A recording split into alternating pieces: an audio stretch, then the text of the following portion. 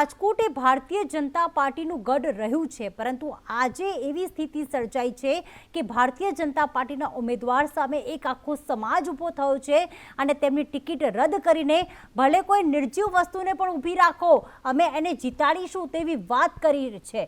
આવી સ્થિતિ આખરે શા માટે ઊભી થઈ? બે વખત માફી માંગી તો શા માટે હજી પણ ક્ષત્રિય સમાજ માફી આપવા માટે તૈયાર નથી?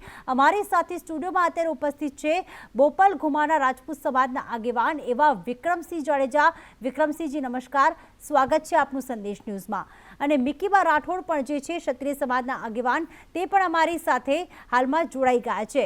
વિક્રમસિંહ, જણાવશો કે બે વખત માફી માંગી, CR પાટીલ પોતે એક મંચ પર આવીને કહે છે કે હું વિનંતી કરું છું ક્ષત્રિય સમાજને કે તે માફ કરી દે, તેમ છતાં માફી શા માટે નથી આપવામાં આવી રહી પુરુષોત્તમ રૂપાલાને?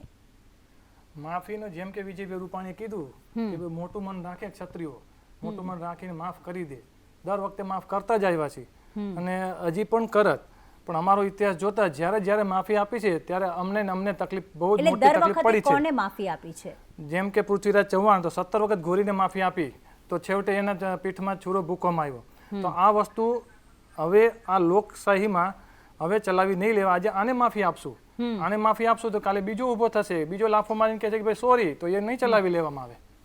એટલે ભૂતકાળમાં આપના રજવાડાએ માફી આપી છે, પણ હવે માફી આપવાનો સમય નથી, હવે તમારી માંગ સ્વીકારવામાં આવે એવી આપની માંગ છે। ઓકે, મિકીબા પણ જોડાયેલા છે અમારી સાથે। મિકીબા, ખાસ એ જણાવશું કે મહિલાઓનું અપમાન કર્યું છે એવું હાલમાં ક્ષત્રાણીઓ કહી રહી છે, જોહર સુધીની જાહેરાત પણ કરવામાં આવી, ત્યારે કહેવાય ને કે જે ક્ષમા માંગનાર હોય છે તે તો વીર હોય છે, પણ જે ક્ષમા આપનાર હોય છે તે વધુ મહાન ગણાય છે। અને ક્ષત્રિય સમાજનો ઇતિહાસ પણ એ કહે છે કે વીર અને મહાન પુરુષોની આખો સમાજ છે, ત્યારે શા માટે માફી નથી આપવામાં આવી રહી ને આગામી સમયમાં કઈ રીતે આંદોલનને આગળ વધારવામાં આવશે? બેન, અમે તો અત્યારે મહાન હતા, મહાન છીએ અને ભૂતકાળમાં બી અમે મહાન જ રહેવાના છીએ। પણ મારી વાત સાંભળો બેન, આ જે એને સ્ત્રીઓનું જે અપમાન કર્યું છે ને, જે અમારા ઇતિહાસનું અપમાન કર્યું છે, એ તો અમે આજે નહીં ચલાવી લઈએ ને કાલે પણ નહીં ચલાવી લઈએ। કારણ કે આને આવા નેતા છે જે આજે ઇતિહાસ જાણ્યા વગર ગમે તેમ ફેંક્યા કરે છે। આ ક્યાં સુધી યોગ્ય છે? ક્યાં ઇતિહાસમાં એમને વાંચ્યું છે કે અંગ્રેજો સાથે અમારો બેટી વ્યવહાર રોટી વ્યવહાર થતો હતો? કયા ઇતિહાસમાં એમને વાંચ્યું છે? આજે આ નેતાને જો અમે માફ કરી દઈએ ને બેન, તો તમે સમજો કે બીજા 10 નેતા ઊભા થાય અને પાછળથી માફી માંગીને શું અમારે એમને નીકાળી દેવાના?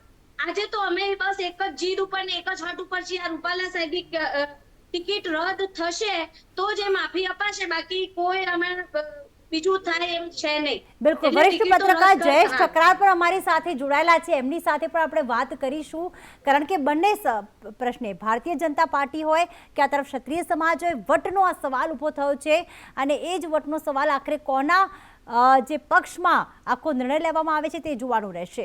રોકાઈશું એક બ્રેક માટે।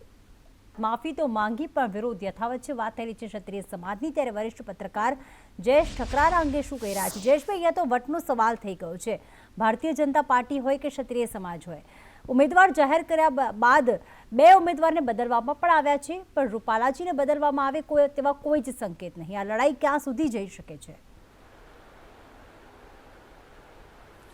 પ્રીતિ, અગાઉ જે 2 ઉમેદવારોને બદલવામાં આવ્યા એ બહુ અલગ મુદ્દા હતા, પરંતુ જે રીતે આ મુદ્દો છે જેમાં એક નેતાએ, અને વરિષ્ઠ નેતા છે, કેબિનેટ મિનિસ્ટર છે, એમણે જે વાણી વિલાસ કર્યો છે એ મુદ્દો વટનો બની ગયો છે। તદુપરાંત આ મુદ્દાને જે રીતે મિસહેન્ડલ કરવામાં આવ્યો છે એમનો ઉકેલ લાવવા માટે તમે જુઓ કે સૌપ્રથમ તો ભાજપે એમના જે રાજપૂત નેતાઓ હોય એમની સાથે સમાધાન બેઠક યોજી નાખી અને કદાચ એવું માન્યું કે આ મુદ્દાનો ઉકેલ આવી જશે, પરંતુ મને લાગે છે કે એ સૌથી મોટી બુમરેંગ સાબિત થઈ અને એ જ કારણે જે નાના ગામોમાં ક્ષત્રિય સમાજ વસે છે, કે આ સૌરાષ્ટ્રની એક તાસીર છે કે અહીંયા 100 જેટલા નાના મોટા રજવાડાઓએ એક ઝાટકે પોતાના તમામ રાજપાટ સરદારને અર્પણ કરી દીધેલા।